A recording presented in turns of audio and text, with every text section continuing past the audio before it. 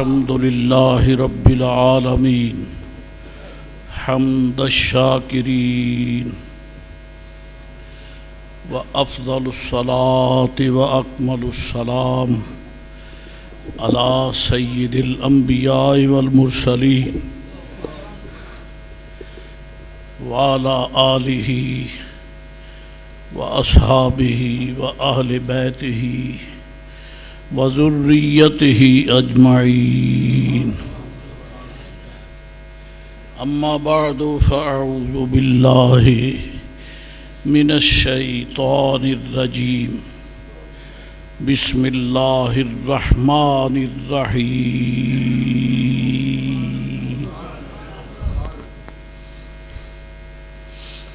ولله العزة ولرسوله وللمؤمنين ولكن المنافقين لا يعلمون. صدق الله مولانا العظيم وصدق رسوله النبي الكريم الأمين. الصلاة والسلام عليك يا سيدي يا رسول الله. الصلاة والسلام عليك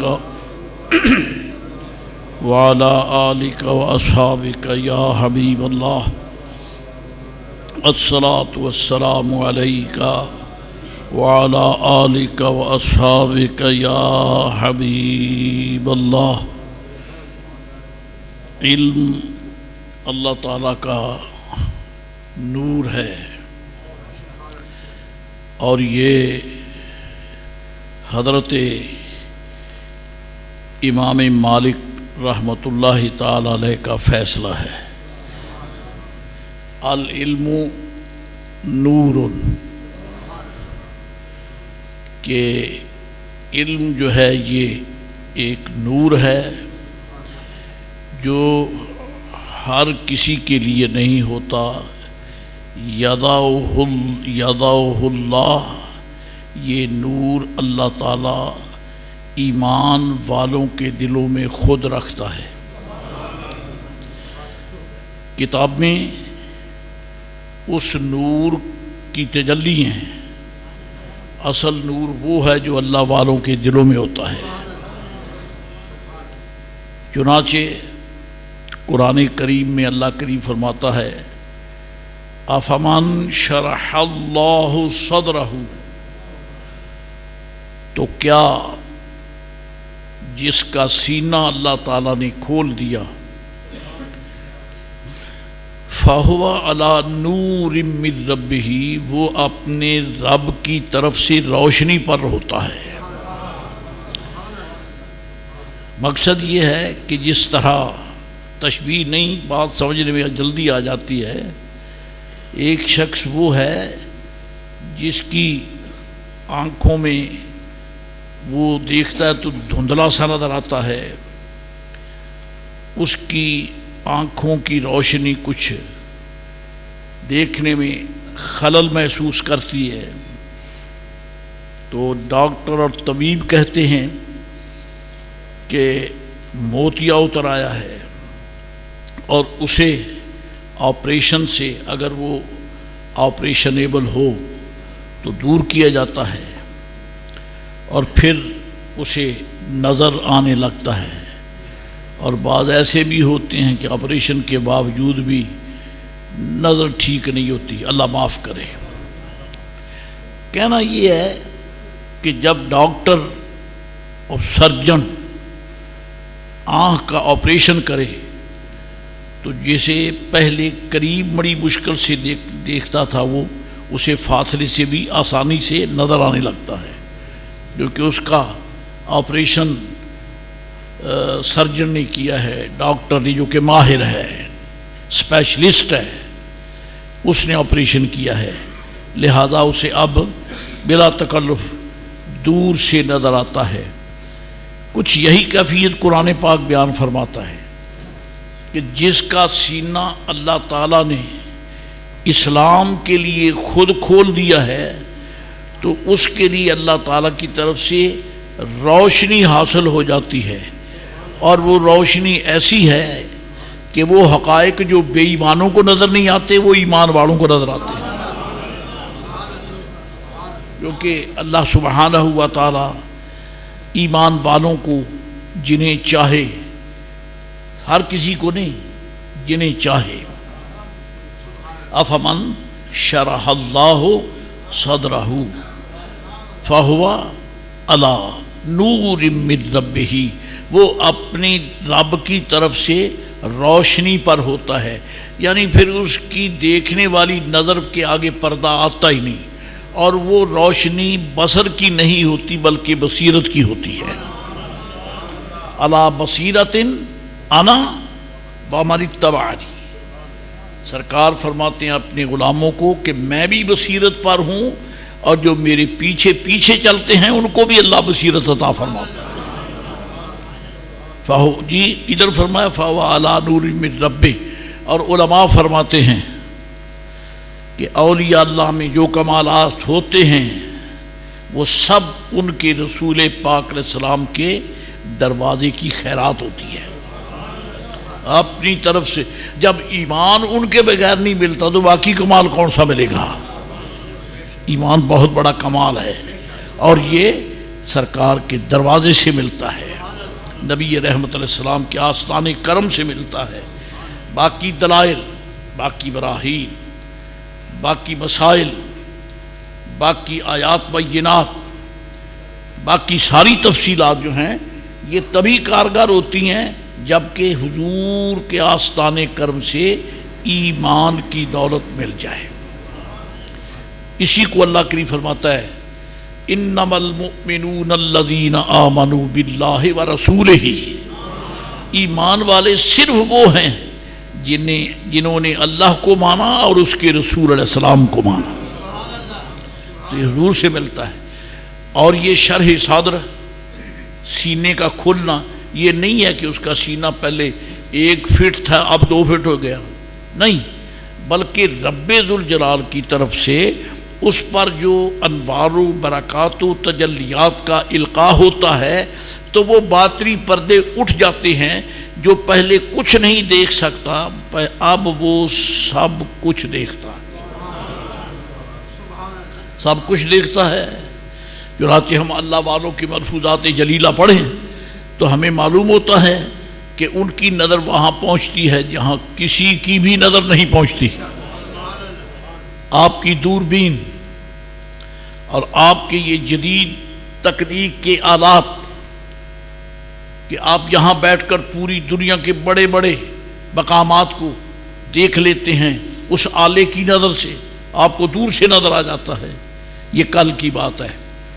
اور کائنات کی ہر شے کو دیکھنے والے اس وقت سے ہی دیکھ رہے ہیں جب انہیں حضور کے دروازے کی خیرات ملی ہے۔ وہ مشہور واقعہ آپ کو یاد ہے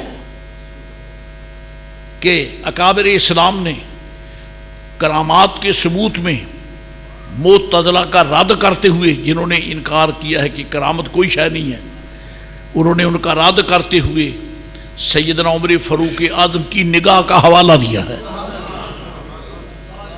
دیکھنا یہ ہے کہ وہ عمر جو مکہ معظمہ میں رہتا تھا نہیں تھا، کیونکہ ابھی عمر ہے، زیادہ سے زیادہ ابن الخطاب ہے، عمر فاروق نہیں ہے، ابھی فاروق نہیں ہے، ابن الخطاب ہے، مکہ معظمہ کی گلی میں آتا بھی جاتا بھی، اور کئی مرتبہ سرکار سے سائیڈ بائی سائیڈ گزر جاتا، لیکن انہیں حضور نظر نہیں آتے تھے۔ اس کا مطلب یہ نہیں کہ اندھا تھا، نہیں، وہ سمجھتا تھا کہ ایک بشر جا رہا ہے، یہ عبداللہ کا بیٹا جا رہا ہے، یہ ہاشمی ہے، یہ عربی ہے، یہ قریشی ہے، یہ بنو ہاشم کا ایک فرد ہے، یہ بنو زہرہ کا نواسہ ہے، بس یہی تعارف تھا اسے، نہیں پتا کہ تیرے پاس سے کون گزر گیا ہے، کیونکہ عمر کی یہ آنکھ تو تھی، یہ آنکھ نہیں تھی، یہ آنکھ نہیں تھی۔ علی بصیرۃ انا ومن اتبعنی، ابھی محبوب کے پیچھے چلنے کا اسے شرف ہی حاصل نہیں ہوا تو پھر کیسے نظر آئے کہ جو گزرا ہے وہ کون ہے؟ کیسے نظر آئے؟ نہیں نظر آتا۔ حضرات گرامی، زندگی گزر گئی، زندگی گزر گئی، میرے آقا میرے مولا علیہ السلام نے اعلان نبوت ہی فرمایا اور کائنات کے خوش نصیب آنے لگے، برکات لینے لگے، اور سب سے پہلے نمبر مارا، سب سے پہلے خیرات جسے ملی مردوں میں سے وہ حضرت صدیق اکبر ہے۔ اور اتفاق کی بات ہے کہ آپ اس وقت مکہ معظمہ میں تھے نہیں، جب نبی رحمت علیہ السلام نے اعلان نبوت فرمایا آپ تھے نہیں، تجارت کے حوالے سے تشریف لے گئے تھے، اور آپ نے سرکار نے عرب کے اندھوں کو، اس وقت وہ اندھے ہی تھے، اندھوں کو اپنے حسن کی تجلی کی طرح متوجہ کیا، لیکن متوجہ نہ ہو سکے، بھتیجا ہی تو ہے، نواسا ہی تو ہے، پوتا ہی تو ہے، عبداللہ کا بیٹا ہی تو ہے، اسی بھول بھلیوں میں مبتلا ہو گئے جی۔ اور سرکار تشریف نے اعلان جو فرما دیا، پہلے پیر تو انکار کر گئے، اللہ اکبر، نوخیز بچوں میں سب سے پہلا نمبر مارا حضرت علی شیر خدا نے، مولا مرتضی علی شیر خدا نے پہلا نمبر جب اعلان کیا حضور نے، تو مولا علی شیر خدا پاس بیٹھے تھے، اٹھ کے کھڑے ہو گئے، حالانکہ ان کے بزرگ بیٹھے ہیں سارے، بنو ہاشم کے بڈھے، بنو ہاشم کے، بنو زہرہ کے، بنو سلمہ کے، بنو تیم اور بنی تمیم کے بڈھے 61 سب بیٹھے ہیں، کسی کو اٹھنے کا شرف نہیں ہوا، مولا کائنات ابن ابی طالب کھڑے ہو گئے، اور 11 سال کے قریب عمر شریف ہے جی۔ عرض کی یا رسول اللہ، میں تصدیق کرتا ہوں کہ آپ اللہ کے سچے رسول ہیں۔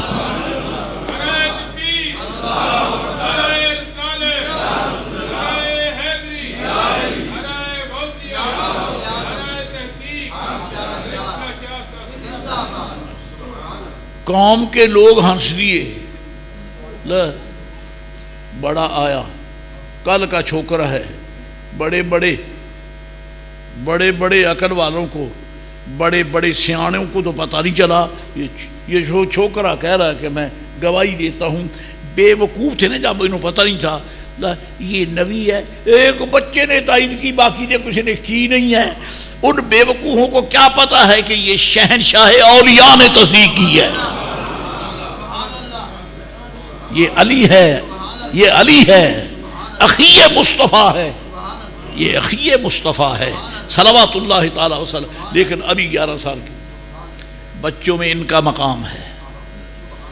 اور حضرت صدیق اکبر جب واپس آئے تو مکہ شریف میں کوہرام ہے، وہ دیکھو ہاشمی تھا، اس نے کیا کہہ دیا، عبداللہ کے بیٹے نے کیا کہہ دیا، عبد المطلب کے پوتے نے کیا کہہ دیا، وہب کے نواسے نے کیا کہہ دیا، وہ کیا کہہ دیا، اور نبیوں نے کا دعویٰ کر دیا۔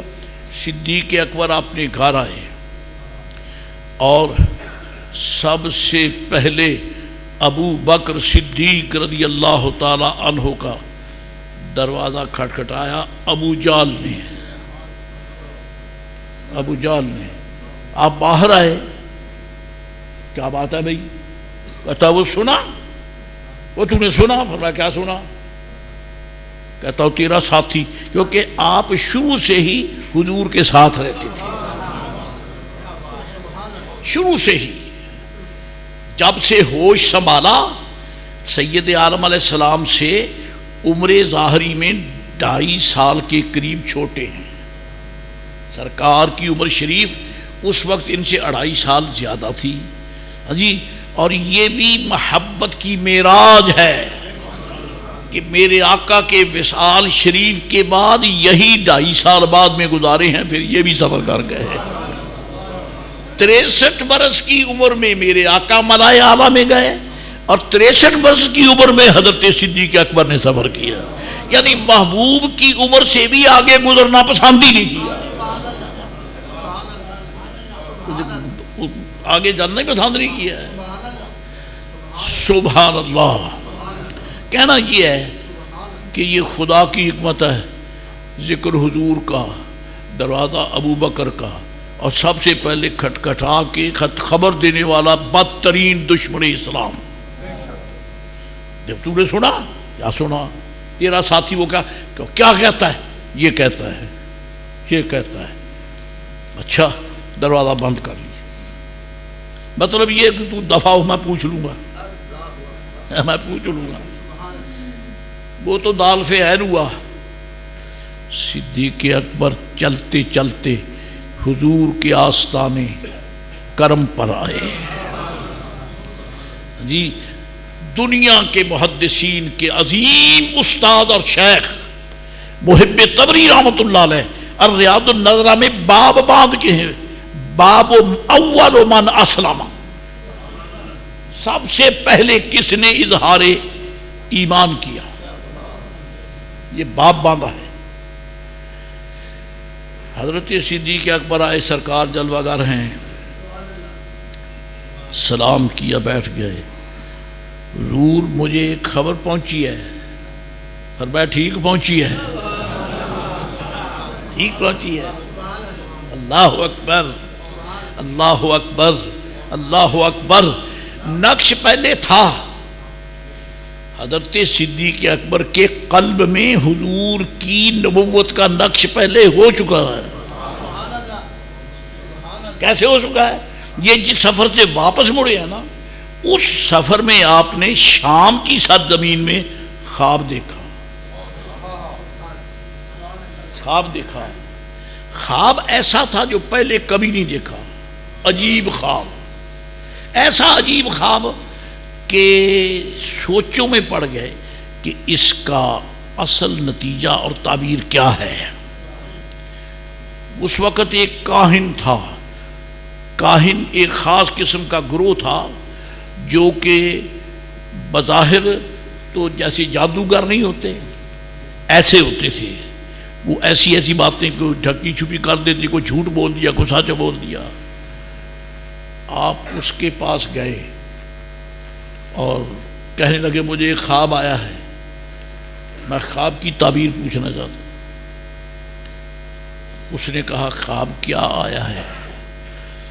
وہ خواب حدیث پاک میں بیان نہیں ہوا، صرف یہ حوالہ ہے کہ خواب آیا۔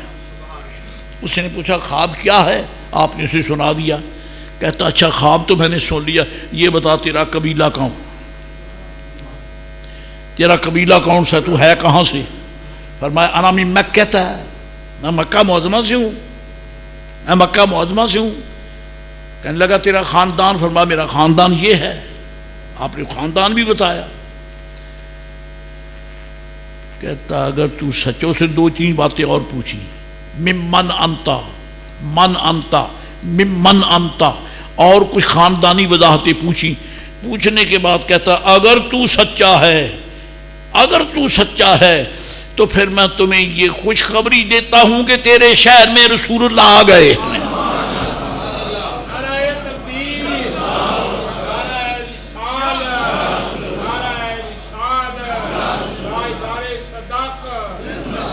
تیرے شہر میں اللہ کا رسول جلوہ گر ہو چکا ہے، اور اس میں جو تو نے یہ خواب بتائی اشارہ، تکون وزیرہ، تو اس کا وزیر ہوگا، تو اس کا وزیر ہوگا۔ حضرت صدیق اکبر رضی اللہ تعالیٰ عنہ یہ خواب بیان کر کے تعبیر سن کر واپس آ گئے۔ پہنچے تو خبر یہ ملی، یعنی وہ جو دیکھا تھا خبر مل گئی، کیا کہتے ہیں اٹیسٹنگ ہو گئی، مہر تصدیق لگ گئی۔ حضور سے عرض کی حضور ایک عرض کرنا چاہتا ہوں۔ پوچھو۔ حضور آپ نے نبوت کا اعلان فرمایا، آپ کی زبان مبارک سے مجھے جھوٹ کا کوئی تجربہ نہیں ہے، جھوٹ کا کوئی تجربہ نہیں ہے، لیکن میں ایک بات پوچھنا چاہتا ہوں۔ فرمایا کیا ہے؟ حضور کوئی نبوت کی دلیل، کوئی دلیل، آپ نبی ہیں، دلیل۔ فرمایا دلیل تجھے بھی چاہیے، اکبر. دلیل تجھے بھی چاہیے، اور اگر مانگتا ہے تو پھر شام کی زمین میں جو تجھے خواب آئے وہ میں ہی تو ہوں، اور کون ہے؟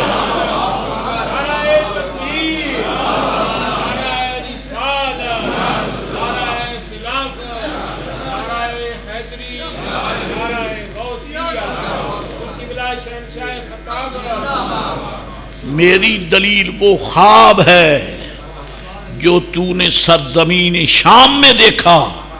جی اب بھی پوچھتا ہے، عرض کی میرے آقا مد یدک لیبایعک یا رسول اللہ، میرے آقا ہاتھ بڑھائے تاکہ میں بیعت کر لوں، میں آپ کے دستے کرم پر بیعت کر لوں. حضرت سیدنا ابو بکر صدیق نے سب سے پہلے نبی پاک کے دستے کرم پر بیعت کی. اقبال نے بڑی پتے کی بات کہی ہے، آمن الناس بر مولائے ما،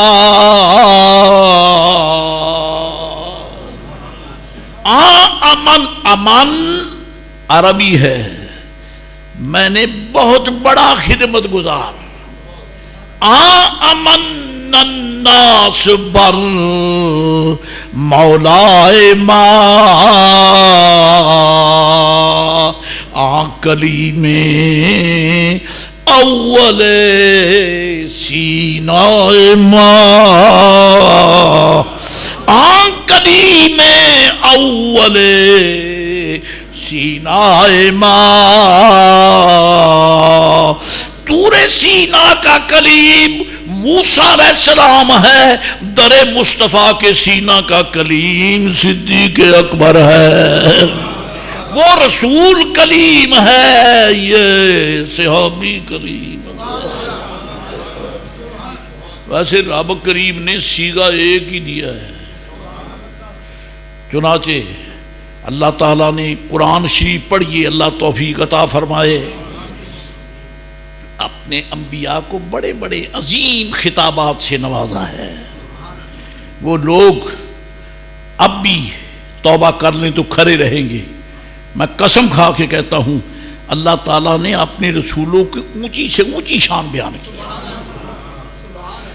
اللہ کریم نے تو حضور کی امت کے ولیوں کے کمالات بیان کیے ہیں، اور یہ تو صحابی ہیں، یہ تو صحابی ہیں. پوری کائنات ولایت کی ساری نیکیاں اکٹھی کر لو، ایک صحابی کی اس نظر کا مقابلہ نہیں کر سکتے جو نظر حضور کے رخ انور پہ پڑی ہے.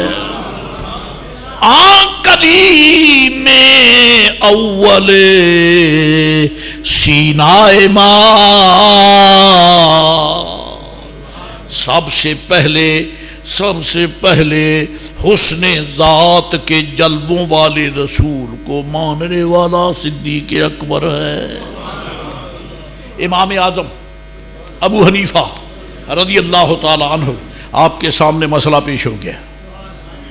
مسئلہ یہ پیش ہوا کہ حضرت من هو الذی اسلم اولا، سب سے پہلے کس نے کلمہ پڑھا اس امت میں؟ سب سے پہلے اسلام کون لایا؟ کیونکہ روایات چار ہیں.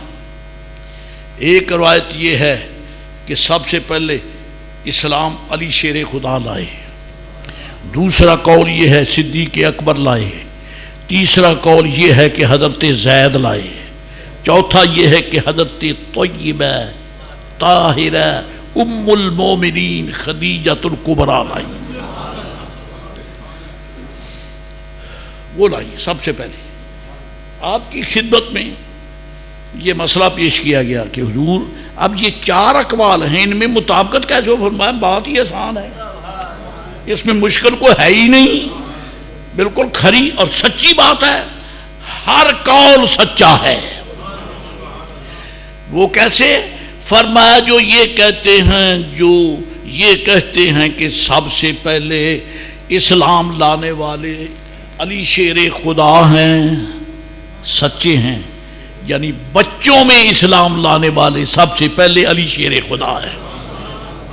اور جنہوں نے یہ کہا کہ سب سے پہلے اسلام لانے والے ابو بکر صدیق ہیں، وہ بھی برحق ہیں، کیونکہ سیانی عمر کے لوگوں میں سب سے پہلے ایمان لانے والے صدیق اکبر ہیں۔ اور جنہوں نے زید رضی اللہ تعالیٰ سے کہا کہ یہ اول ہیں، فرمایا وہ بھی سچے ہیں، کیونکہ غلاموں میں سب سے پہلے کلمہ پڑھنے والے زید بن ثابت ہیں، زید بن حارثہ ہیں، زید بن حارثہ ہے، سب سے پہلے کلمہ شریف انہوں نے پڑھا ہے۔ اور جو یہ کہتے ہیں کہ سب سے پہلے کلمہ حضرت خدیجۃ الکبریٰ رضی اللہ تعالیٰ عنہا نے پڑھا ہے، وہ بھی سچے ہیں، یعنی خواتین میں اول الاسلام خدیجۃ الکبریٰ ہے رضی اللہ تعالی عنہا۔ یہی اسی کو سرکار پیش کیا کرتے تھے۔ امہات المومنین جب کبھی کبھی بیٹھ کر باتیں کرتی تو میرے آقا ان سے فرماتے خدیجۃ الکبریٰ۔ ام المومنین عائشہ صدیقہ ایک دفعہ ایک بات کہہ بیٹھی جو میرے آقا کو پسند نہ آئی۔ عرض کی حضور آپ اس بڑھیا کا نام بڑھا لیتے ہیں، تو پیار سے کہہ دیجیے، کیونکہ عمر شریف میں ان کی عمر عائشہ صدیقہ رضی اللہ تعالیٰ عنہ سے تو کافی بڑھیا کا لفظ بول دیا۔ اس بڑھیا کا سرکار کی آنکھیں برسنے لگی، فرمایا عائشہ تجھے پتا ہے خدیجۃ الکبریٰ وہ ہے جب تیری قوم نے عربوں نے مجھے کہا تو جھوٹا ہے، اس وقت جس خاتون نے کہا کہ تو سچا ہے وہ خدیجۃ الکبریٰ ہے۔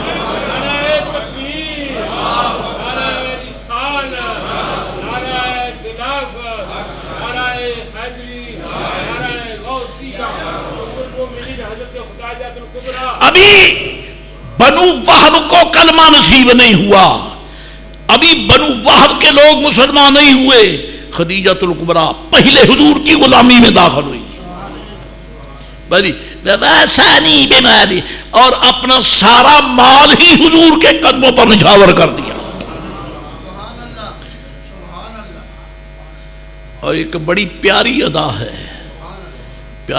ہے جب سرکار کا نکاح شریف ہوا، حضرت خدیجۃ الکبریٰ رضی اللہ تعالی عنہا کو جب حضور نے نکاح سے مشرف فرمایا، اور میں کیا کہوں کہ حضور کے حسن نبوت نے ان کے قلب پر کیا اثر کیا تھا۔ پوری دنیا کا دستور ہے، آپ اس کو سوچ لیں، آپ اسے یعنی اس کا اختلاف نہیں سے کر سکتے، کیا کبھی بھی کسی شریف زادی نے براہ راست کسی مرد کو پیغام نکاح نہیں دیا، نہ باپ نے، نہ بھائی نے، نہ کسی اور محرم نے، اس کے ذریعے نہیں، ڈائریکٹ خدیجۃ الکبریٰ رضی اللہ تعالی عنہا نے حضور کی خدمت میں یہ پیغام بھیجا کہ سرکار مجھے اپنی زوجیت سے مشرف فرمائیں۔ اور یہ وہ خاتون ہے، اقوام کے بڑے بڑے بادشاہوں کے پیغام آئے لیکن آپ نے جوتے کی نوک پہ رکھے۔ خدا جانتا ہے کہ حسن سرکار نے ان پر کتنا کر، حسن سے مراد معاذ اللہ یہ نہیں ہے کہ یہ جیسے حسن ہم کہتے ہیں، وہ حسن نبوت تھا، وہ حسن رسالت تھا، وہ حسن تھا جس کی وجہ سے رب نے انہیں اپنا محبوب بنا لیا ہے۔ ڈر کے کہتا ہوں کہ کہے بغیر نہیں جاتا، وہ ایسا حسن ہے جس کی برکت سے رب نے ان کو اپنا محبوب بنایا، خدیجہ نے اپنا شوہر بنایا رضی اللہ تعالیٰ عنہ۔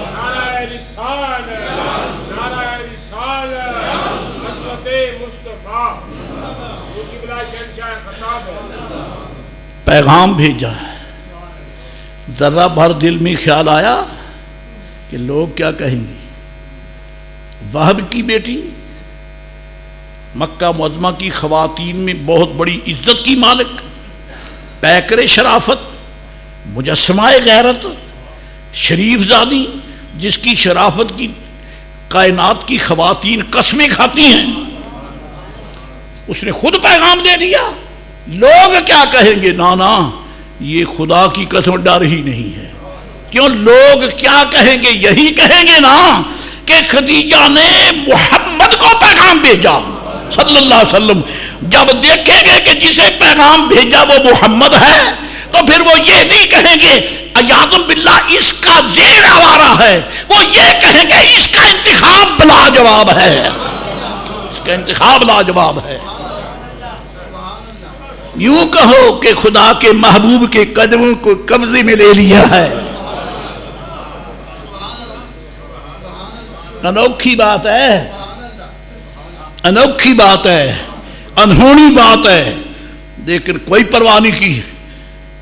اس حوالے سے مجھے حضور کے قدموں سے نسبت تو ہو جائے گی. اور اس پہ اگر آپ مجھے یاد نہیں تھا کہ یہ بات ڈسکس میں آ جائے گی، امام سہیلی نے جو یہاں اشارات دیے ہیں خدا کی قسم پڑھنے کے لائق ہیں. فی الحال تو میں نہیں کہہ سکتا کیونکہ سیدھی بات یہ ہے کہ مجھے یاد نہیں ہے، یاد نہیں ہے، کچھ ہے نہیں. الحمدللہ ذہن اللہ کے فضل و کرم سے اتنا خالی نہیں ہے، لیکن میں چاہتا ہوں کہ ذرا بار دیگر زیارت کر کے ان کو دل میں یاد کر کے تازہ کر کے کبھی پھر اس کی ڈسکس ہو جائے جی. لیکن اعلیٰ حضرت امام اہل سنت نے خوب سلام پڑھا ہے. نبی رحمت علیہ السلام نے حضرت ام المومنین خدیجۃ الکبریٰ رضی اللہ تعالیٰ عنہا کے متعلق فرمایا لہا منزل من قصب لا صاحب فیہ ولا نصب. عرب والے کیا پاکیزہ کلمات ہے، ان کا ترجمہ کیا ہے؟ میرے آقا اپنی عظیم المرتبت عالی وقار بیوی ایمان والوں کی ماں رضی اللہ تعالی عنہا کو قرب الہی کا یہ ہار عطا فرما رہے ہیں. لہا منزل من قصب لا صاحب فیہ ولا نصب. ان کے لیے قیامت میں جنت میں قیامت میں جنت میں ان کے لیے منزل من قصب ایسا محل رب نے تیار کر رکھا ہے. بھائی عمارت بنی ہو تو کہتے ہیں اینٹیں کہاں سے لی ہیں، ماربل کہاں سے لائے ہو، کتنی اینٹیں لگی ہیں، کتنا ماربل لگا ہے، اس کی کوالٹی کیا ہے، اس کا رنگ کیا ہے، وغیرہ ذالک. جی سرکار فرماتے ہیں رب نے ایک سپیشل محل بنایا خدیجہ کے لیے جس میں اینٹیں نہیں لگی ہیں. منزل من قصب ایک ہی موتی سے محل کھڑا کر دیا، ایک ہی موتی سے. یعنی ایک اینٹ دوسری تیسری چوتھی پانچویں چھٹی ایسا ہی ہوتا ہے نا، ایسے ٹکڑے ٹکڑے کر کے رب نے ایسا محل نہیں کہ ٹکڑے جوڑ جوڑ کر کھڑا کی ایک ہی موتی، ایک ہی موتی. کیوں؟ فقیر کو یہ اشارہ نظر آتا ہے اس نے میرے محبوب کا دل نہیں توڑا، میں اس کے لیے محل ٹوٹا ہوا کیوں بناؤں؟ اس کا دل نہیں توڑا، اس نے میرے مصطفیٰ کا دل نہیں توڑا، دل نہیں توڑا بلکہ دیدہ دل فرش راہ بنا دیے. لہا منزل من قصب، یہ لفظ بار بار پڑھتا ہوں، حضور کی زبان کے عطا فرمائے ہوئے. کائنات ایمان کی ماں کے متعلق جو الحمدللہ جن کے قدموں کی دھول ہم بھی ہیں، فرمایا منزل من قصب، ایسا عظیم محل کہ ایک ہی موتی سے بنا ہے. اب وہ موتی کیا ہے صحیح کہہ دوں، جبریل امین کو بھی پتہ نہیں وہ موتی ہے کیا، کوئی پتہ نہیں ہے. موتی سرکار نے لفظ موتی کا بولا ہے واللہ. اچھا امام سہیلی کا قول زین شریف میں سنا ہی دیتا ہوں. آنے والا کل کس نے دیکھا، یاد رہے نہ رہے، موقع ملے نہ ملے، مجھے نہ ملے، آپ کو میں سے چیز نہ ملے۔ اب تو الحمدللہ محبت والے جتنے بھی آئے ہیں بیٹھے ہیں، جو نہیں آئے وہ جانے، جو آ گئے ہیں خوش نصیب ہیں۔ الحمدللہ رب العالمین۔ امام سہیلی تیری قبر پہ کروڑوں سلام۔ حضور نے فرمایا ایسا محل ہے جی ایک ہی موتی، لا صاخب فیہا ولا نصب، جس موتی میں کوئی، جس محل میں کوئی شور نہیں ہے، جس محل میں داخل ہونے کے بعد کوئی درد سر نہیں ہے، کوئی درد سر نہ شور ہے نہ درد سر ہے۔ امام سہیلی فرماتے ہیں سرکار نے یہ کیوں فرمایا؟ ہاں جی الحمدللہ ازواج النبی صلی اللہ علیہ وسلم کتاب فقیر کے پاس ہے جی، الحمدللہ رب العالمین۔ وہ ایک اہل محبت نے مجھے بھیجی، اللہ اس کو جزائے خیر دے، پیسے نہیں لیے، مفت میں بھیجی ہے۔ بڑوں میرے ساتھی آپ کو بھی انشاءاللہ نذرانے ایسے ہی ملیں گے، مجھے نذرانہ ملا ہے، اور میں اس کی نسلوں کے لیے دعا کرتا ہوں کہ تو نے مجھے ایسے جواہر والی کتاب عطا کی ہے، خدا تعالیٰ تیرے آخرت کو، تیری قبر کو، تیرے حشر کو نور و نور کر دے۔ اس میں یہ موجود ہے۔ امام سہیلی فرماتے ہیں ایسا محل جو ایک موتی سے ہے، اس میں اب یہ بات جو عرض کروں گی یہ فقیر کی ہے، یہ امام سہیلی کے لیے میں نہیں کہہ سکتا، یہ فقیر کی ہے۔ ایک ہی موتی، ایک ہی موتی، معلوم ہوتا ہے کہ موتی لاجواب ہے، کوئی یکا و تنہا موتی ہے، ایک ہی ہے، جس کو کیا کہتے ہیں؟ در یکتا، در یکتا۔ ایک ہی موتی سے بنا دیا، کیوں نہ بنا ایک موتی سے کہ خدا کی خدائی میں ایک ہی موتی تھا محمد کی شکل میں جو اس کو دے دیا ہے، دے دیا ہے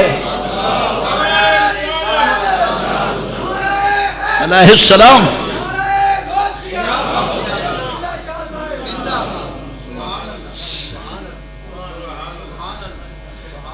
بعض انبیاء تو ایسے بھی ہیں ان پہ بھی کروڑوں سلام۔ یہ حکمت الہی، حکمت الہی۔ ان کی شریعت میں کافر عورت سے نکاح جائز تھا، حکمت ہے۔ اب اس میں نفرت کی کوئی شے نہیں، خبردار زمین ذہن میں نفرت بھی نہ آئے، کیونکہ شریعت ہے اس نبی کی۔ کون سے نبی؟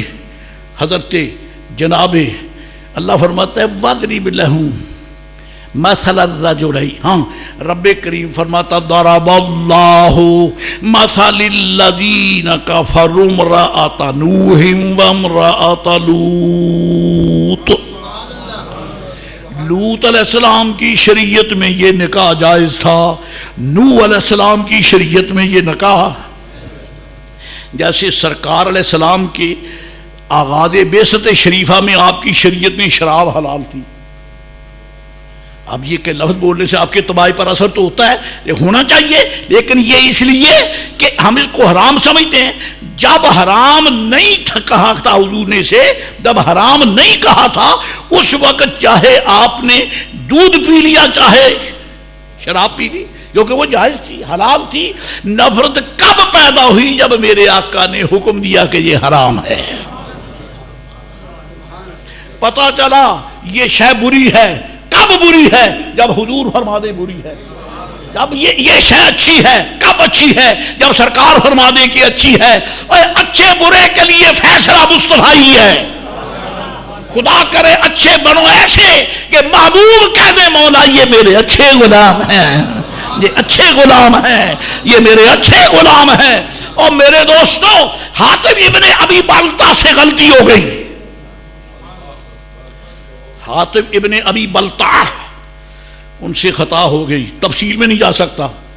فاروق اعظم ناراض ہے، عرض کی آقا تلوار میں حکم دے میں اس کی گردن اڑا دوں۔ میرے آقا کیا فرماتے ہیں؟ عمر نہ، یہ میرا بدری صحابی ہے، یہ میرا بدری صحابی ہے۔ غلطی تو تھی لیکن میرے آقا نے اس نظر سے نہیں دیکھا کہ اس نے غلطی کی ہے، اس نظر سے دیکھا کہ یہ بدر میں حاضری دینے والا میرا صحابی ہے۔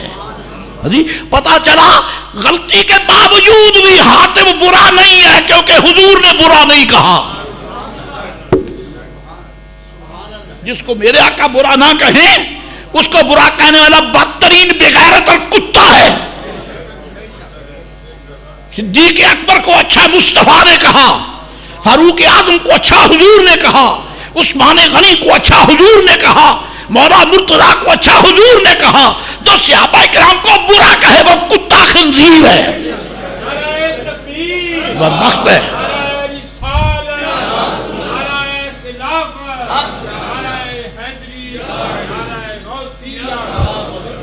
وہ جہنم کا کتا ہے۔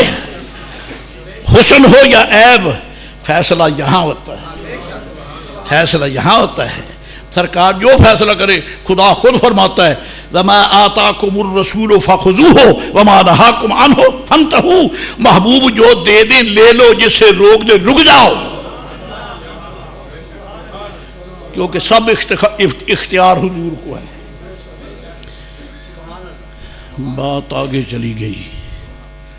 مسئلہ آپ سے یہ عرض کر رہا ہوں، امام سہیلی فرماتے ہیں لا منزل من قصب، قصب موتی، اس کا اشارہ ہو گیا۔ لا صخب فیہ ولا نصب، یہ کیوں؟ اب میں تھوڑا سا اس کو یوں ڈسکس کروں گا۔ انسان کا مکان محل کتنا بھی اونچا ہو، بہترین ڈیکوریٹڈ ہو، بہترین کوٹھی، لاکھوں روپے یعنی کروڑ لگا کے بنائی ہے، لیکن اسے وہاں سکون تب ہوگا جب کہ اس میں اٹھنے والی آواز اس کے مزاج کے خلاف نہ ہو۔ ٹھیک ہے، اس کے مزاج کے خلاف نہ ہو۔ اس محل میں اگر اسے کوئی گالی دے دے، محل کو آگ لگانی ہے، آواز تو غلط آ رہی ہے، آواز تو غلط آ رہی ہے، ایسی آواز جس سے اس کی ضمیر پر بوجھ پڑ گیا ہے۔ جی لا صخبہ، یہاں تو صخب ہے، اس کے مزاج کی برہمی کے لیے ایسے آوازیں آ رہی ہیں۔ جی ولا نصبہ، ایسی آواز تو نہیں۔ لیکن گھر آیا، آتے ہی بیگم صاحبہ نے لڑائی شروع کر دی، میرا فلاں سوٹ نہیں لائے، میرے لیے فلاں زیور نہیں لائے، میری فلاں، میری ڈیمانڈ فلاں، میری، اب ان پہ بحث کرنا اس مقدس مسند پر میرے لیے درست بھی نہیں ہے، آپ کا ذہن بھی ڈسٹرب نہ ہو جائے۔ جی گھروں میں اختلافات ہوتے ہیں۔ سب سے پہلی بات یہ ہے کہ گھر والی نے جب وہ داخل ہوا، خدا کرے ایسی مصیبت کسی پہ نہ آئے، گھر میں داخل ہوا، جناب علی تو اس نے کیا کہا، میری ڈیمانڈ پوری نہیں ہوئی، میرا سوٹ نہیں آیا، میرا زیور نہیں آیا، میرے لیے یہ شے نہیں آئی، میرے ماں باپ کے لیے یہ نہیں تو نے بنایا، یہ کرنا۔ حالانکہ بہت بڑا محل ہے جو بنایا ہے، لیکن اس عورت کے دو لفظوں نے اس کو جلا کے رکھ دیا۔ جی ہو کلی خسو خاشاک کی اور دیا ہو مٹی کا، اور شریف زادی اٹھ کر پاؤں پکڑ کے سلام کرے اور کہے میں تیرے قدموں پہ واری، ایمان سے کہنا اس کو سکون ہے یا نہیں ہے نا؟ جو الجھے، جو اس کے ضمیر کو چیلنج کرے، محل میں رہتے ہوئے بھی وہ مصیبت میں ہے، اور جو اس کے حکم کے سامنے ہاتھ باندھ کے کھڑی ہو، خسو خاشاک کی کلی میں بھی وہ بہت بڑا پرسکون ہے۔ امام سہیلی فرماتے ہیں یہاں حضرت خدیجۃ الکبریٰ کی عزت و عظمت کو حضور بیان کرتے ہیں۔ کیا؟ اللہ فرماتا ہے محبوب میں نے محل وہ تیار کیا جس میں لا صخبہ، کوئی شور شرابہ نہیں۔ کیوں؟ اس نے تیرے سامنے کبھی اونچی آواز سے بات نہیں کی، میں ایسا محل تیار کروں گا۔ اس خاتون نے جب تو اپنے در دولت پہ آیا، جب تو اپنے گھر میں داخل ہوا، اس خاتون نے شریف زادی، امیر زادی، دولت کی پیکر، اس کا خاندان بہت بڑا دولت والا اور یہ بہت بڑی دولت مند تھی، لیکن میرے محبوب اس نے تیرے سامنے کبھی ڈیمانڈ نہ کی، کبھی کوئی آپ کے سامنے اپنی کوئی تمنا نہ رکھی، بلکہ ہمیشہ عرض کرتی مولا اللہ شکر ہے تو نے مجھے اپنا محبوب عطا کر دیا۔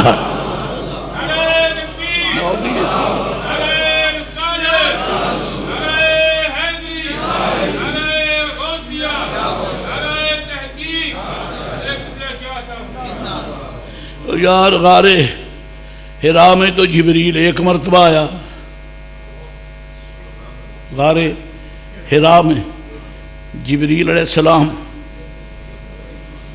اور یہ وہ خاتون ہے جو اس محبوب کے قدموں میں ساری راتیں نہیں ساری عمر ہی گزار رہی ہے۔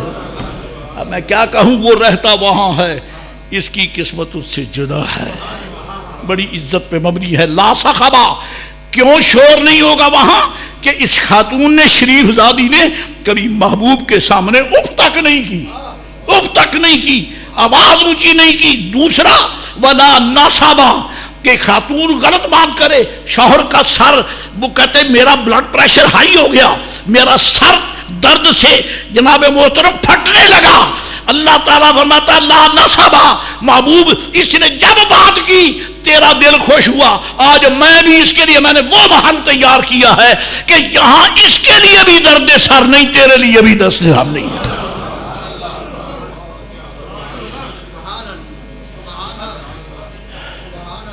کچھ تو تار ہو گیا ہوگا۔ اس پہ سلام پڑھا ہے احمد رضا بریلوی نے، منزلوں من قصب لا صخب لا نصب، منزل من قصب لا صخب لا نصب، ایسے کوشک کی زینت پہ لاکھوں سلام، مصطفیٰ جان رحمت پہ لاکھوں سلام، شمع بز میں ہدایت پہ لاکھوں۔ ایک بات تو قابل توجہ ہے، ہمارا امام کتنا انوکھا ہے، ہمارے امام کا ذوق محبت کتنا نازک ہے، کتنا نازک ہے۔ کیا فرماتے ہیں، ایسے کوشک کی زینت، جنت کا محل، موتی کا محل، اور یعنی جنت کے مال و منال سے ڈیکوریٹڈ، جنتی نعمتوں سے سجا ہوا، ہر شے نور علی نور، وہاں مٹی نہیں، خاک نہیں، دھوپ نہیں، تبادت نہیں، وہاں نور ہی نور ہے۔ لیکن حضرت تعالیٰ کیا کہتے ہیں، ایسے کوشک کی زینت پہ لاکھوں سلام۔ اس محل نے خدیجہ کو زینت نہیں دی، خدیجہ کے قدموں نے اس محل کو عزت عطا فرمائی ہے۔ کیوں؟ یہ وہ عظیم خاتون ہے جو میرے آقا کے ساتھ، یہ اپنے حوالے سے آقا میں نے کہا ہے، اور کہنا یہ چاہیے کہ اللہ فرماتا ہے یہ وہ عظیم خاتون ہے جس نے میرے محبوب کی معیت میں اپنے گھر میں شرح صدر، شکریہ اور جذبات امتنان سے لبریز ہو کر وقت گزارا ہے۔ مجال ہے کبھی کوئی شکوہ کیا ہو؟ میری عزت والی بیٹیاں سنیں، سناؤ، میری عزت والی بہنیں سنیں، سناؤ، ان کو سناؤ، گھر میں داخل ہونے والے شوہر کو آتے ہی کاٹ کھانے کو دوڑنا، یہ در مصطفیٰ کے خلاف ہے، یہ میرے آقا کی عظمتوں کے خلاف ہے۔ امہات المومنین جب دیکھتی تھی تو بس قدموں کو دیکھتی رہ جاتی تھی۔ مجال ہے کہ کبھی سرکار کو ستایا، مجال ہے کہ کبھی پریشان کیا، ان کا تو ذوق ہی حضور کی زیارت تھا۔ وہ بڑی مشہور حدیث شریف ہے، ذرا ذہن میں تازہ ہو جائے گی، شب برات ہے، شب برات جسے ہم شبرات کہتے ہیں، شبرات اصل میں یہ لفظ ہے شب براءت، لیلۃ البراءہ، اب سوچتے ہیں کہ پتہ ہوتا تو عربی پڑھ لی ہوتی. تو میں نے تو نہیں روکا تھا، یہ آپ کی اپنی انڈرسٹینڈنگ ہے. اگر میرے ہاتھ میں ہوتا تو یہ جتنے چھوکرے تھے میں ان کو کان پکڑا کے میرے کو عربی پڑھاتا. یہ قابو نہیں آئے، یہ تو بھاگ گئے انگلش میڈیم سکول. چلو قسمت کی بات ہے. میرے والد گرامی کے مزار پہ دنیا کہہ چکی شاہ جی بچوں کو کالج نیا بنا بورے والا کا، بچوں کو کالج میں داخل کرائیں. اور ایک بہت بڑی علمی اور روحانی شخصیت نے بھی کہا قسم بخدا ابا حضور نے فرمایا جو مجھے یہ مشورہ دے وہ میرا دشمن ہے، میرا دشمن ہے. کالج پڑھاؤ. اولاد کی پیداوار حضور کا صدقہ ہے کہ انگریز کا صدقہ ہے؟ سرکار کا صدقہ ہے. تو میں تو اپنے بچوں کو حضور کا نوکر بناؤں گا. آپ کے سامنے یہ جو فقیر بیٹھا ہے مت سمجھیں آپ کا نوکر ہے، ہرگز نہیں. قسم بخدا تاجدار مدینہ کے نوکروں کے فرید پاک کا نوکر ہے، داتا حجویری کا نوکروں کا نوکر ہے. آپ بھی انہیں کے نوکر ہیں. حضرات گرامی قدر لا صاحب بھی ہے ولا نصبہ. ام المومنین خدیجۃ الکبریٰ حضور فرماتے امہات المومنین سے اس کا مقابلہ کون کر سکتا ہے؟ وہ پتہ عظیم خاتون کون تھی حضور؟ جب کون تھی؟ فرمایا جب پورے شہر مکہ نے کہا کذبتا، اس خاتون نے کہا صدقتا.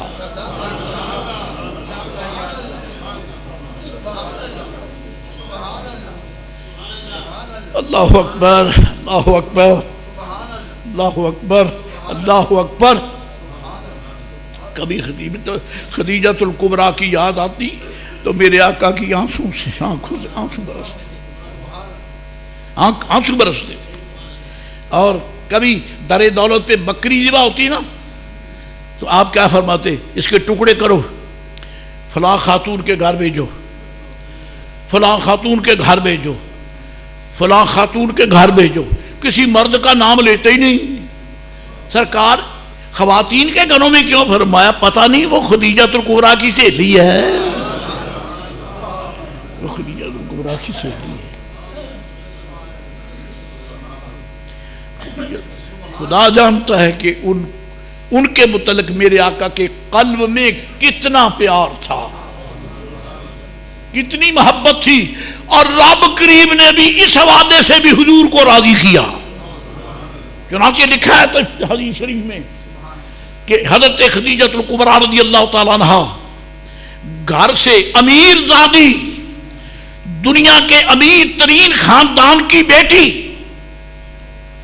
کہ بادشاہ کو ٹھکرا دیا، لیکن جب حضور کی غلامی میں آئی تو روٹی پکا کر سر پہ رکھ کر مکہ شریف سے چل کر آپ غار حرا میں آ کے حضور کو کھانا پیش کرتی ہے.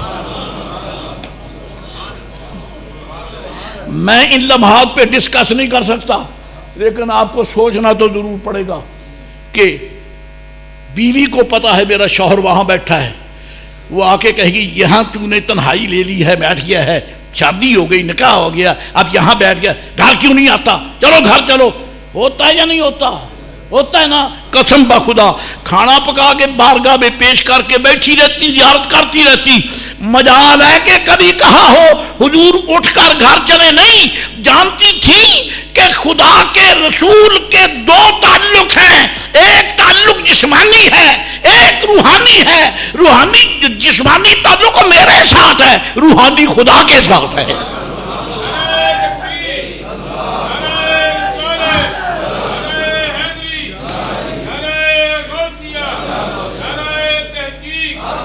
اور ان کی حیات طیبہ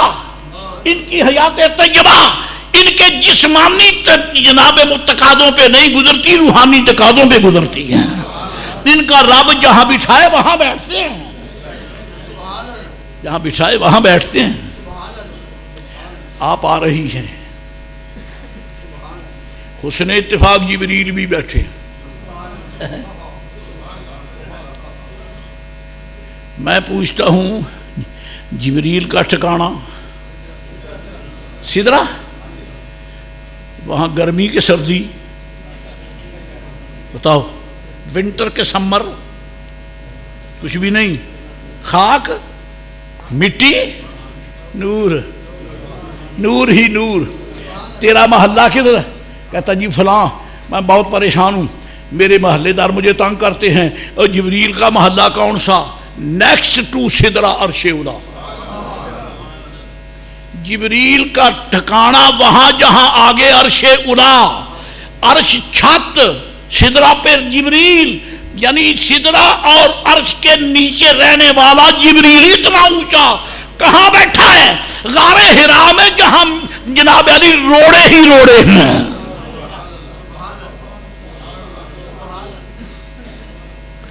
اللہ والو، جب تک اس کو سرکار کے سپرد نہیں کرتے، خدا کی قسم دھکے ہی دھکے ہیں، ایمان نہیں ملتا۔ جبریل امین سے پوچھو سدرہ چھوڑ کے یہاں کیوں آ گئے؟ یہاں کیوں آ گئے؟ کہتا جی میں فلاں شہر میں رہتا تھا، اب یہاں آ گیا ہوں۔ پہنے والا کہتا ہو وہاں کیوں چھوڑ آیا؟ کہتا جی کا آب و ہوا ٹھیک نہ تھی، یہاں ٹھیک ہے، آب و ہوا ٹھیک نہ، یہاں ٹھیک ہے۔ جبریل سے پوچھ سدرہ چھوڑ کے یہاں بیٹھا کیوں؟ کس لیے؟ کوئی آب و ہوا کا فرق ہے؟ اور وہاں کی آب و ہوا کا کیا کہنا جہاں سامنے اللہ کا عرش ہے؟ وہاں کی آب و ہوا کا کیا کہنا؟ لیکن جبریل یہاں آ کے بتاتا ہے وہاں عرش ہے، بہت اونچا ہے، پر اس مصطفیٰ کے قدموں کے نیچے ہے، قدموں کے نیچے ہے۔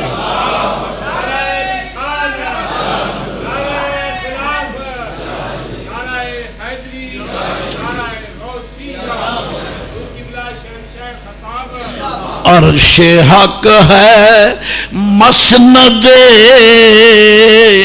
رفعت رسول اللہ کی، عرش حق ہے مسند رفعت رسول اللہ کی، دیکھنی ہے حشر میں عزت رسول اللہ کی، دیکھنی ہے حشر میں عزت رسول اللہ کی۔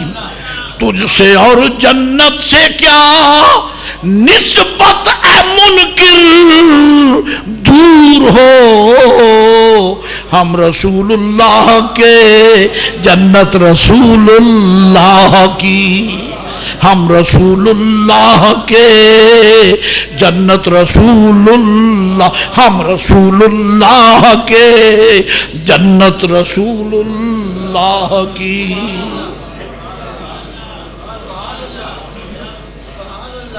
جبریل بیٹھے ہیں، سرکار بھی جلوہ گر ہیں، اور جن خوش نصیبوں نے غار حرا کی زیارت کی ہے، نیکوں کے صدقے، اہل اللہ کے صدقے، فرید پاک رضی اللہ تعالیٰ کی نسبتوں کا صدقہ، اپنے ابا جی کی نیک دعاؤں کا صدقہ، ان خوش قسمتوں میں یہ فقیر بھی ہے۔ فقیر حقیر نے غار حرا کی زیارت کی ہے، وہاں نفل پڑے ہیں۔ اور میرے دوستوں، خدا کے کرم کی انتہا کہ امی جان کی عمر 80 برس کی ہے، لیکن تکلیف اتنی کہ بے حد بڑھاپا ہے، لیکن قسم بخدا بڑے بڑے جوانوں کا زہرہ آب ہوتا ہے چڑھتے ہوئے، میری امی جان وہاں بھی پہنچی ہے، الحمدللہ رب العالمین، وہاں بھی پہنچی ہے۔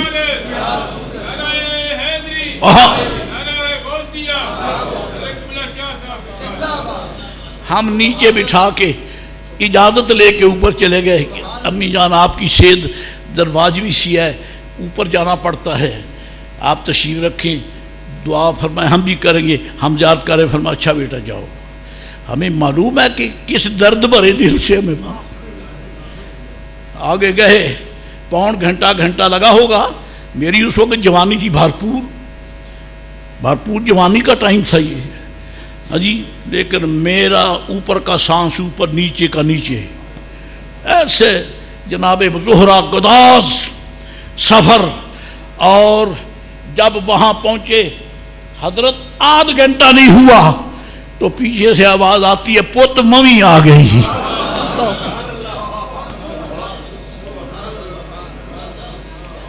پت ممی آ گئی.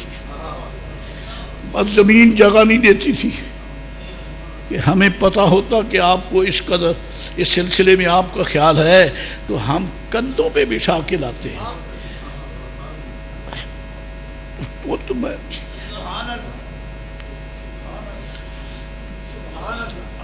میں کہتا ہوں ام المومنین کے قدموں کی خیرات میری امی جان کو بھی مل گئی. الحمدللہ الحمدللہ الحمدللہ. بس یہ درمیان میں بات آ گئی. حضور تشریف فرما ہے اور خدمت میں جبریل امین ہیں، اور جو وہاں جنہوں نے حاضری دی ہے، میں اپنے ذوق کی بات کرتا ہوں، وہاں بیٹھ کر آنے والوں کا پتہ نہیں چلتا، کیونکہ غار کی چوٹی جو ہے نا، پہاڑ کی چوٹی پہ ہو کر نیچے ڈھلنا پڑتا ہے، نیچے ڈھل کر پھر ایک تنگنا سے گزرنا پڑتا ہے. تنگنا سے گزرنے والا ہاشمی صاحب جیسا کمزور جسم کا ہو تو وہ بھی سیدھا نہیں گزر سکتا، ایسے گزرے گا، ایسے سائیڈ بائی سائیڈ، سیدھا نہیں گزر سکتا. اور میں قسم کھا کے کہتا ہوں یہ بھی اللہ کی عظیم نعمت ہے، یہ سرکار کی غلامی کا شرف ہے کہ جس تنگ نا سے کمزور جسم کا آدمی ایسے گزرے، بڑے بڑے موٹے جسم کے گزر جاتے ہیں. اب ہر شخص کی انتظار ہوتی ہے، جب ہمارے پنجابی پھر پنجابی ہیں، وہ آتے تو ننگتا ہی نہیں ہوئے، نکل کر آن سان بھی ننگڑ دے، مال مار کے بیٹھ چل لگ. پنجابی وہاں بھی اپنا حاکمانہ رویہ ایسے ہی استعمال کرتے جیسے پیپلز پارٹی کا صدر استعمال کرتا ہے. ان کا صدر ہے، دکھ کیوں محسوس کریں تو میری بڑا سے ہے جی، چلو چل جلدی کر اور کسی کو بھی لا دو. اور میں دیکھتا کہ جو اس تنگنا میں آگے نا حضرت، آگے سینے کو، پیچھے پشت کو دیوار ہے، جیسے آدمی پریس نہیں ہوتا، تو میں نے دیکھا گزرنے والے گزرتے نہیں، نانگتا صحیح کہتا صبر تک کر سرکار دا پشت لگی ذرا میں برکت نہ رہن دے، پشت لگی میں برکت نہ رہن دے. پہلے ایتھے پھر سینہ، کیوں میرے آقا کا سینہ آگے لگا ہے، پشت مبرک پیچھے لگی ہے، غلام درمیان میں ہے، وہ برکتیں آج بھی نصیب ہو رہی ہیں، آج بھی برکتیں نصیب ہو رہی ہیں الحمدللہ رب العالمین. وہاں نظر نہیں آتا، اب جبریل دیکھ رہے ہیں. عرض کی یا رسول اللہ، خاتون ایک آ رہی ہے، ایک خاتون آ رہی ہے. جب آئے تو اس خاتون کو اللہ کی طرف سے بھی سلام دینا، میرے بھی سلام دینا.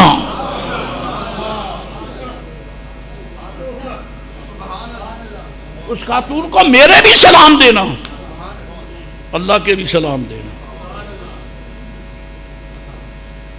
کیا ہوا؟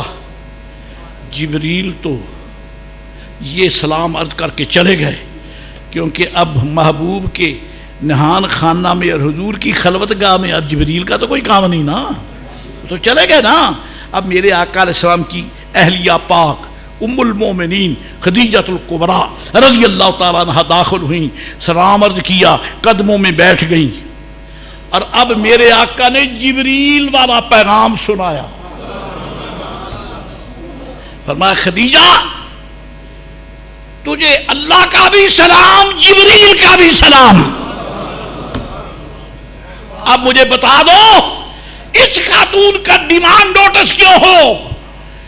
پہلے تھی تو بادشاہوں کے پیغام آتے تھے، اب محبوب کی بن گئی ہے تو خدا کے پیغام آ رہے ہیں، رحمت کے، اب خدا کے سلام کے پیغام آ رہے ہیں. جبریل نے عرض کی آقا ان کو خدا کا بھی سلام، میرے بھی سلام، میرے بھی سلام. ام المومنین نے یہ نہیں پوچھا یا رسول اللہ اب میں خدا کے سلام کا میں جواب کیا دوں؟ خدا کا سلام تو میں کیا جواب دوں؟ بندہ ایک دوسرے کو سلام کہتا ہے السلام علیکم ورحمۃ اللہ وبرکاتہ، وہ کہتا ہے وعلیکم السلام ورحمۃ اللہ، یہی ہوتا ہے نا. اب خدا سلام بھیجے تو اس کا جواب کیا؟ پوچھو محدثین کو چپ ہیں، پوچھو مفسرین کو چپ ہیں، پوچھو بڑے بڑے صوفیوں کو چپ ہیں. اور بندے کے سلام کا جواب تو دے، خدا کے سلام کا جواب کیا دیں؟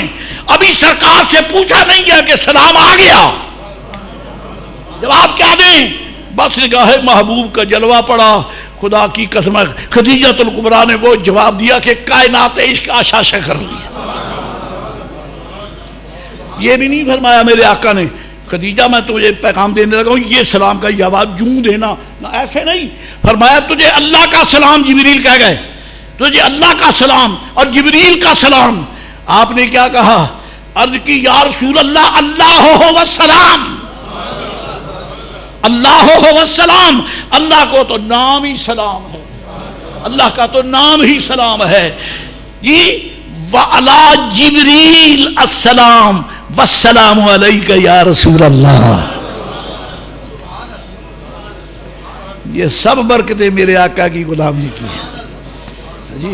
منزل من قصب لا صخب لا نصب، ایسے کوشک کی زینت پہ لاکھوں سلام. اہل اسلام کی مادران شفیق، بانوان طہارت پہ لاکھوں سلام. مصطفیٰ جان رحمت پہ لاکھوں سلام. شمع بز میں ہدایت وآخر دعوانا الحمدللہ رب العالمین.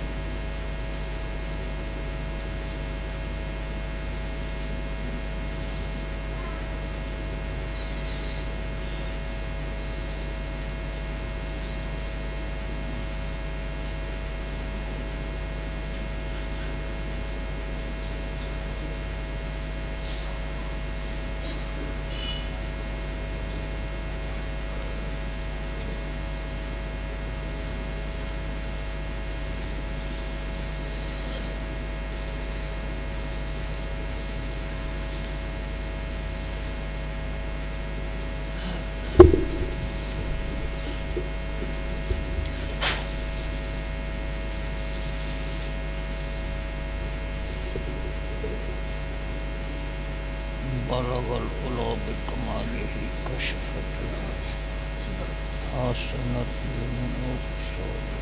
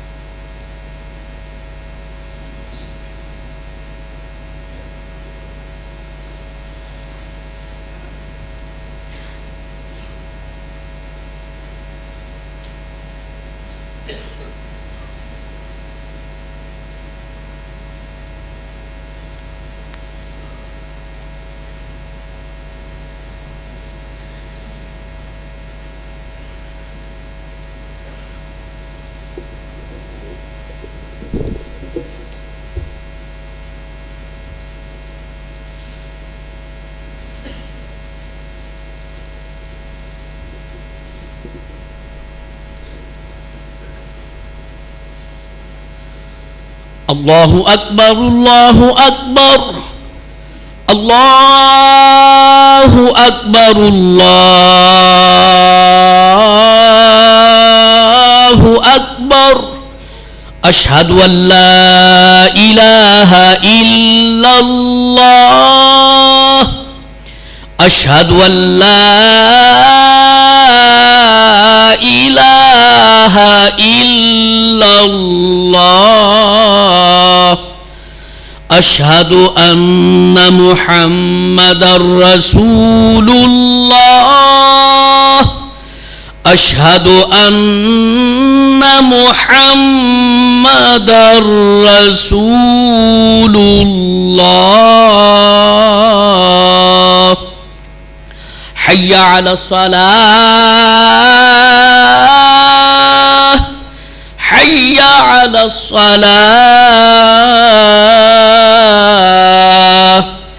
حی علی الفلاح حی علی الفلاح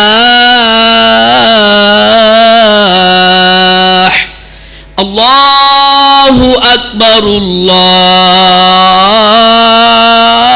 اکبر لا الہ الا اللہ.